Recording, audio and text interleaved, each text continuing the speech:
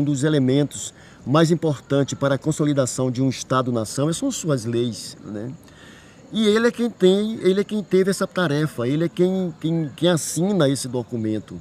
Você criar um documento que consolida um Estado, isso é um trabalho, é uma tarefa extremamente importante, né? Singular. Ele é considerado no campo do direito como uma personagem única, ímpar, no nosso cenário.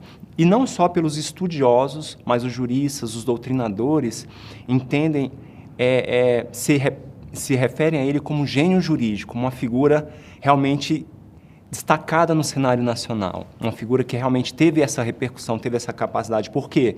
Porque ele tinha uma capacidade não só de conhecer profundamente o direito, mas ele tinha a capacidade de desenvolver reflexões jurídicas incomparáveis. É o nome dele que se sobrepõe como o maior jurisconsulto do Brasil.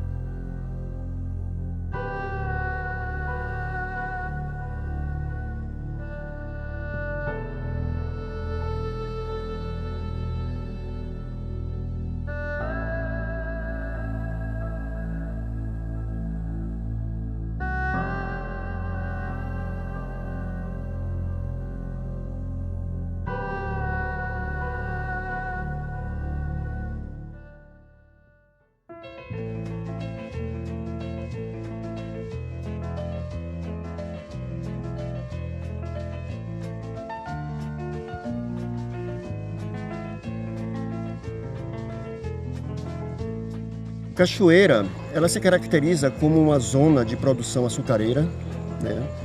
E também uma zona de produção fumageira. Até a chegada da Corte de Lisboa para o Brasil em 1808, com a abertura dos portos, o Porto de Cachoeira era o segundo porto mais importante da América Portuguesa. Então, o Rio Paraguaçu era o caminho prioritário, porque ele é navegável até aqui, em Cachoeira.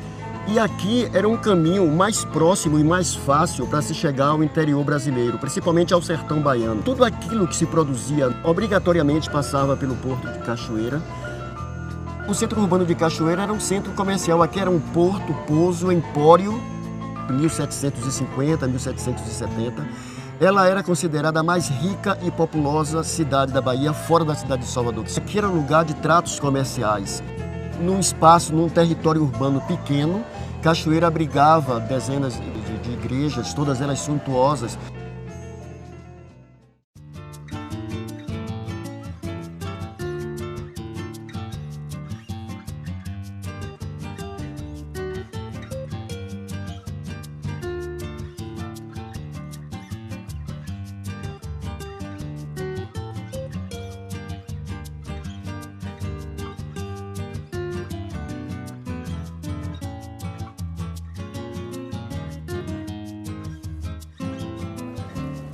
A família do Dr. Augusto III de Freitas era uma das mais nobres do recôncavo baiano, do recôncavo açucareiro.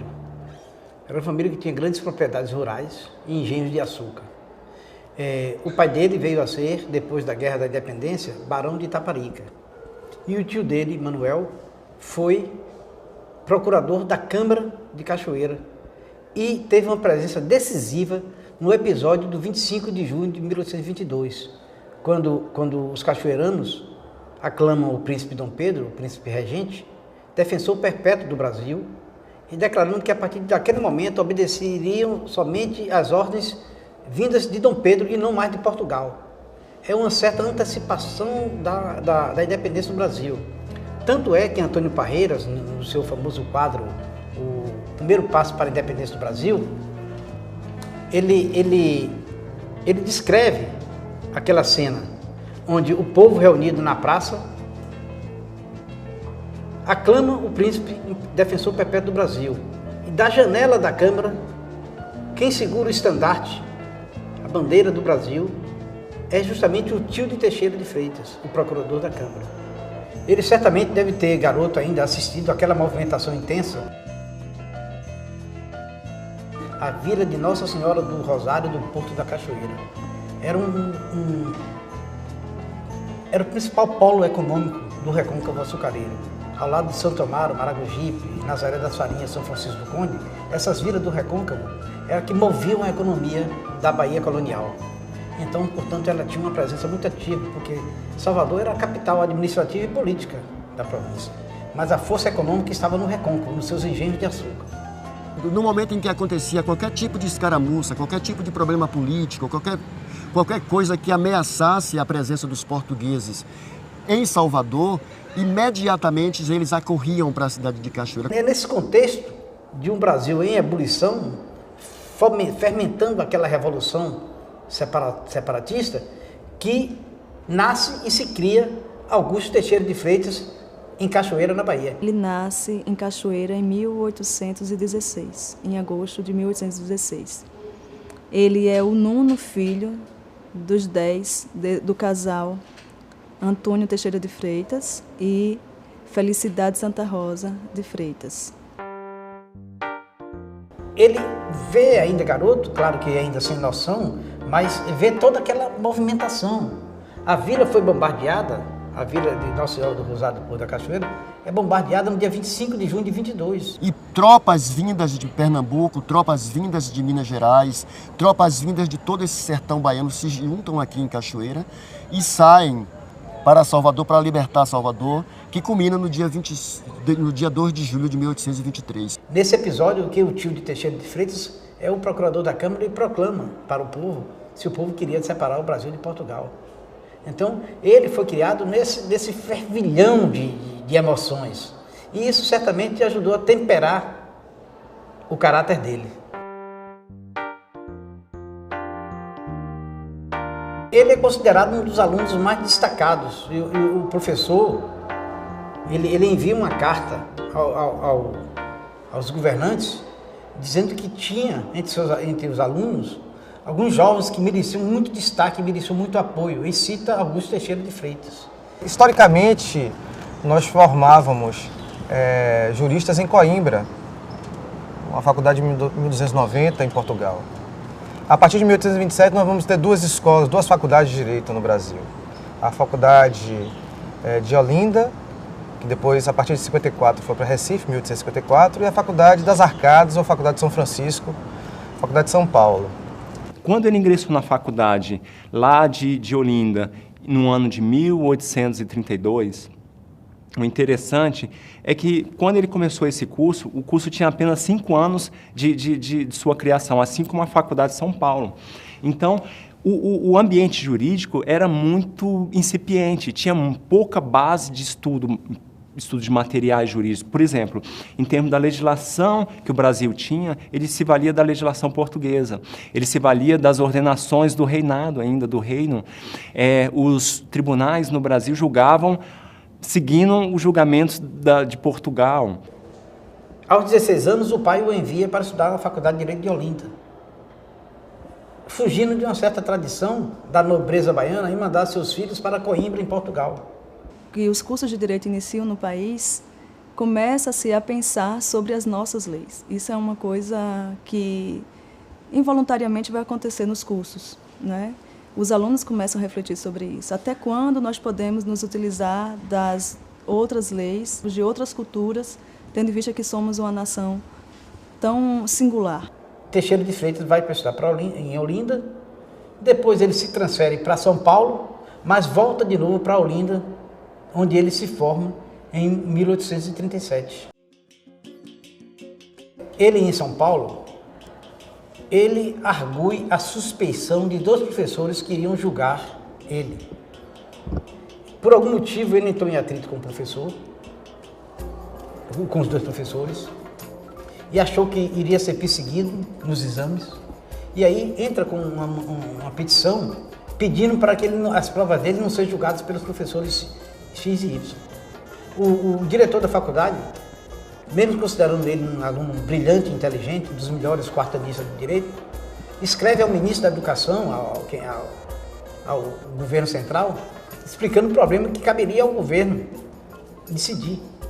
Mas o governo nega esse pleito dele e ele, insatisfeito, ele volta para Olinda. No mesmo ano que ele conclui o ensino superior, que ele conclui o curso de Direito, casa-se com uma prima. Ainda enquanto estudante, ele veio aqui à Bahia, ele casa com uma prima, entendeu?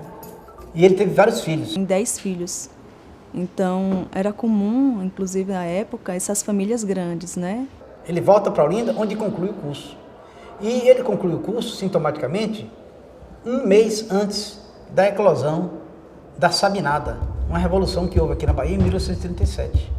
Durante 4 meses, a Bahia teve um governo revolucionário federalista. Mas era, ao mesmo tempo, uma contradição.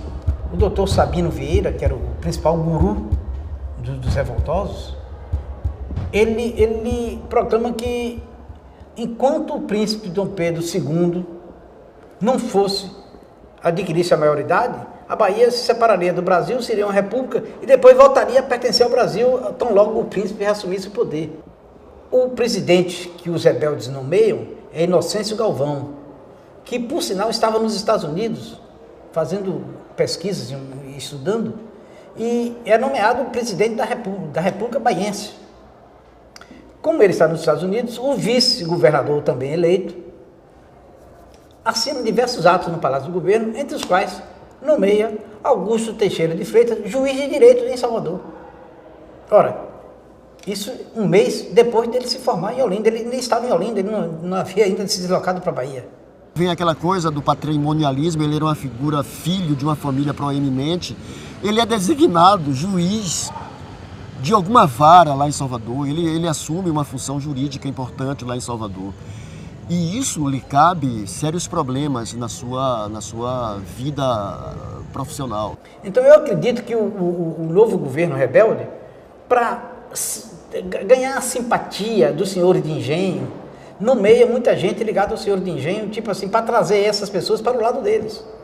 E isso acontece à revelia de Teixeira de Freitas.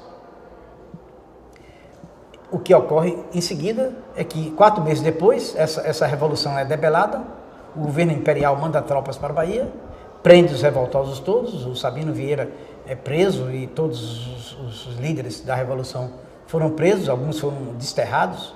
Sabino Vieira mesmo foi levado para outro estado, jamais voltou para a Bahia e foi proibido de voltar à Bahia.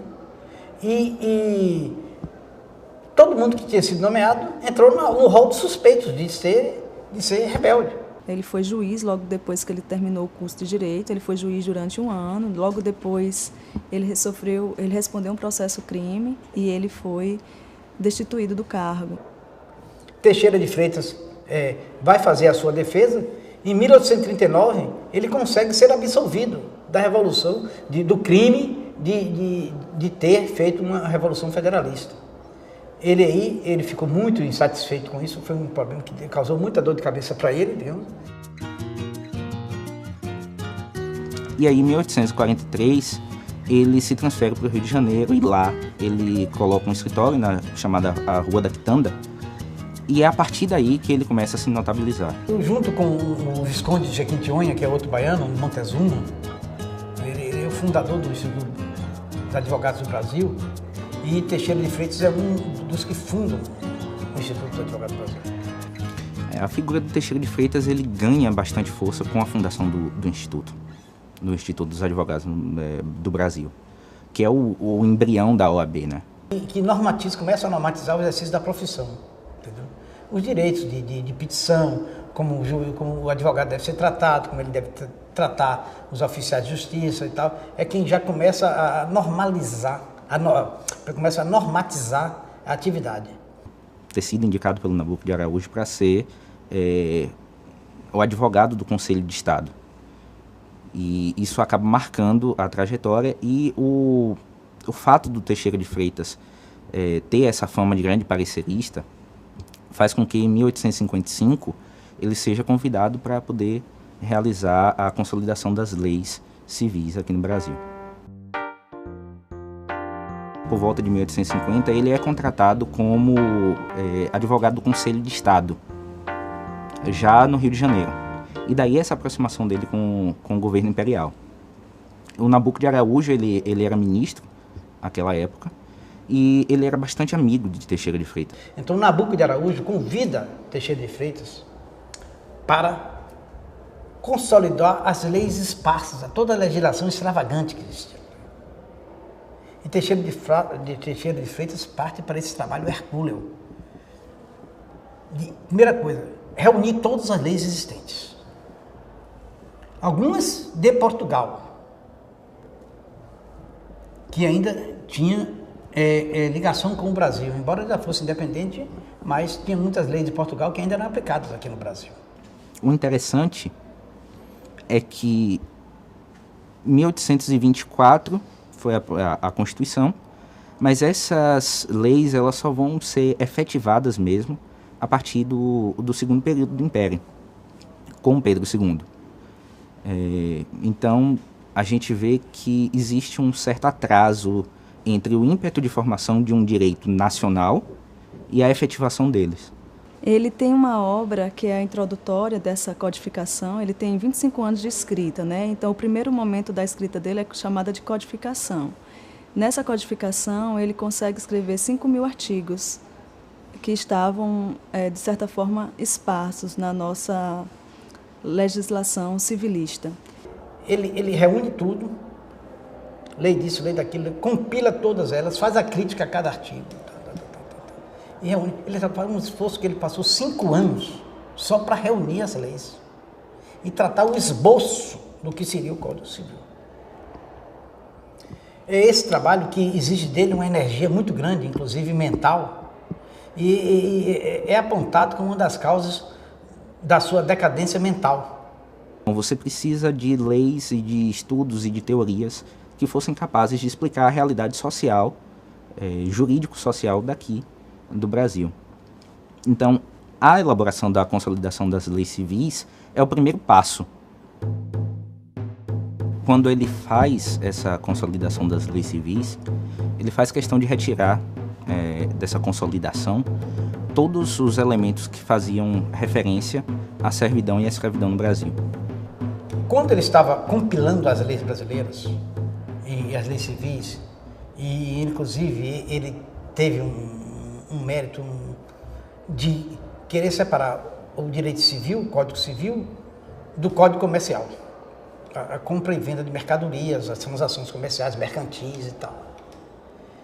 E aí, quando ele está com as leis civis, aí disseram, doutor Teixeira, aqui não fala da escravidão, do trabalho de escravo, da venda de escravos, da compra de escravos, direito sobre o... Ele disse, isso não deve constar no Código Civil, porque isso é uma aberração para o Brasil. Isso é uma coisa vergonhosa para o Brasil, existia escravidão, existia a venda de seres humanos. Não deve haver venda de direitos humanos, e muito menos constar isso no Código Civil, que é uma coisa que deve honrar muito o Brasil, e isso é uma coisa vergonhosa. Essa parte de venda e troca de escravos deve fazer parte de um outro código, o Código Negro. É tão vergonhoso que não deve constar das leis civis do Brasil. Não as maculemos, a codificação, a consolidação, com disposições vergonhosas, que não podem servir para a posteridade. Fique o estado de liberdade sem o seu correlativo odioso. A codificação, o esperado da codificação do esboço de Código Civil seria por volta de 5.000 artigos. Quando ele terminou a codificação, quando ele desistiu da codificação, teria por volta de uns 4.000 já feitos. E aí começa uma discussão em torno da validade daquele documento. Começam os críticos a fazer críticas, as pessoas fazerem críticas em torno daquele documento que ele tinha entregue. E ele, por uma questão talvez de temperamento, ele ameaça várias vezes largar o projeto. O governo imperial esperava algo por volta do direito científico, que era aquilo que estava florescendo na Europa, que era a tradição europeia de codificação. E o governo imperial queria um código civil aos moldes da própria consolidação que ele já tinha feito. Um código extremamente cientificista.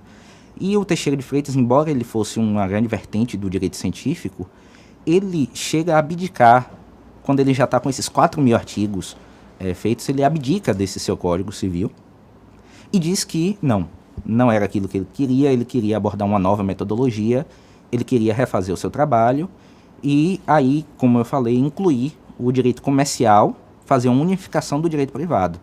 O Nabuco de Araújo era muito, muito próximo do Teixeira de Freitas, e também por questões políticas, porque um novo ministro da Justiça já estava ali, não era tão próximo do Teixeira como o Nabuco, e essa questão da saída do Nabuco, que por questões políticas mesmo, acaba fazendo com que Teixeira não tenha o contrato renovado. E aí o Código Civil, o esboço para um Código Civil, como ele chama, fica inacabado, já numa fase final. Chega a haver uma comunicação entre o Teixeira de Freitas e o novo ministro, falando sobre a renovação do contrato, no qual ele fala sobre a questão de abdicar de todo o seu projeto, e em 2 ou 3 meses rever um projeto nos moldes que ele queria, aproveitando aquilo que ele já tinha feito, só reorganizar. Mas aí o ministro da Justiça chega a dizer que não seria interessante, porque isso seria assumir que todo aquele trabalho que ele tinha feito não teria valido de nada. Ele se muda para Niterói, porque ele morava próximo ao escritório dele primeiro, onde hoje fica a questão da sede do Instituto dos Advogados.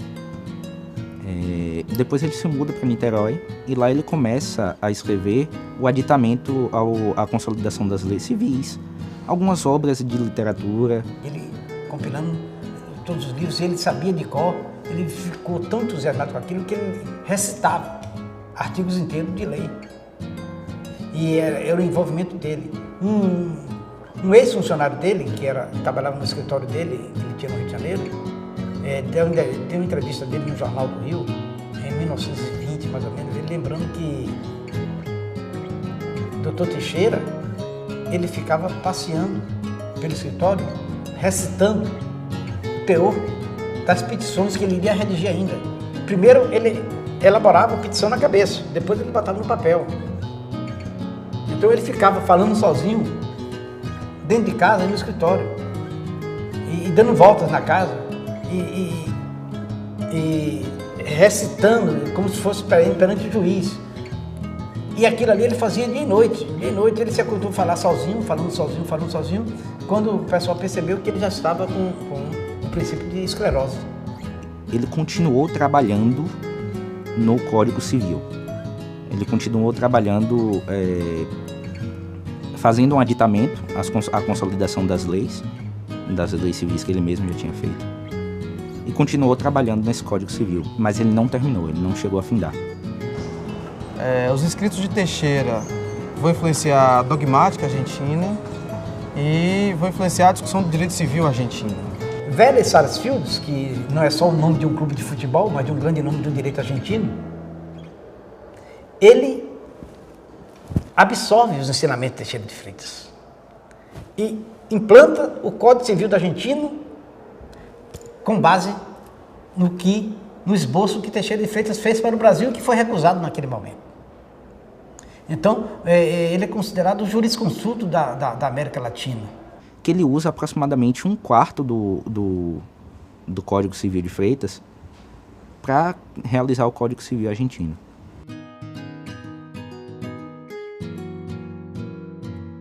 Vélez Sarsfield, que é um jurista famosíssimo na Argentina, ele começou a trocar cartas com Teixeira de Freitas, porque ele estava no meio da codificação do Código Civil argentino em 1864, e ele estava com carência, sentindo necessidade de uma luz para a codificação do Código argentino. E o que aconteceu? Ele começou a recorrer à técnica de Teixeira de Freitas, à metodologia, aos institutos de Teixeira de Freitas. Eles tinham contato epistolar. Muitas vezes, o Vélez, quando ele tinha alguma dúvida sobre os institutos, ele mandava cartas.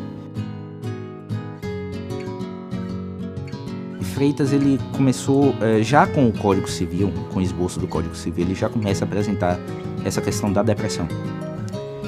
Porque ele via que todo aquele seu esforço não estava sendo reconhecido. Daí também o fato dele abdicar da obra dele. Quando ele percebeu que ele trabalhou em vão, ele entrou em um processo depressivo bem importante, né? que acabou levando a que ele definhasse mesmo. E o interessante é que outro marco que contribuiu para definitivamente assim abalar ele foi a morte do filho dele, o Augusto Teixeira de Freitas Filho, que também era jurista, também deixou obra. E isso acaba também no ano de 1883, que é o ano da morte de Teixeira de Freitas pai. E isso acaba trazendo a ele um dano psicológico muito grande. Com o tempo ele foi perdendo a razão. Ele foi saindo do mundo e declamava, perguntava uma coisa a ele declamava um artigo de uma lei, entendeu? E ele já estava, a mente dele já estava embotada. Ele se dedicou tanto à sua obra que ele esqueceu um pouco da vivência pessoal dele. Ele tocava violão. E que ele já morando em Niterói, na praia de Caraí, em noite de lua cheia, ele tocava violão na praia, entendeu? Tem referência disso, relatos familiares de que ele tocava violão. E inimaginável um homem tão emprenhado no direito, tão estudioso e tal, que se dedicasse a uma coisa que era basicamente uma coisa marginal naquela época, o violão. Quem era nobre, quem era coisa, tocava só o piano e tal. Mas violão era coisa de vagabundo, de capoeirista, de seresteiro e tal. Ele é um pioneiro não só aqui no Brasil, mas também nesse direito latino-americano. Por ocasião do centenário da morte dele, em 1983, em Roma, houve uma grande conferência em que se consagrou Teixeira de Freitas como o grande patrono do direito latino-americano, do direito privado latino-americano.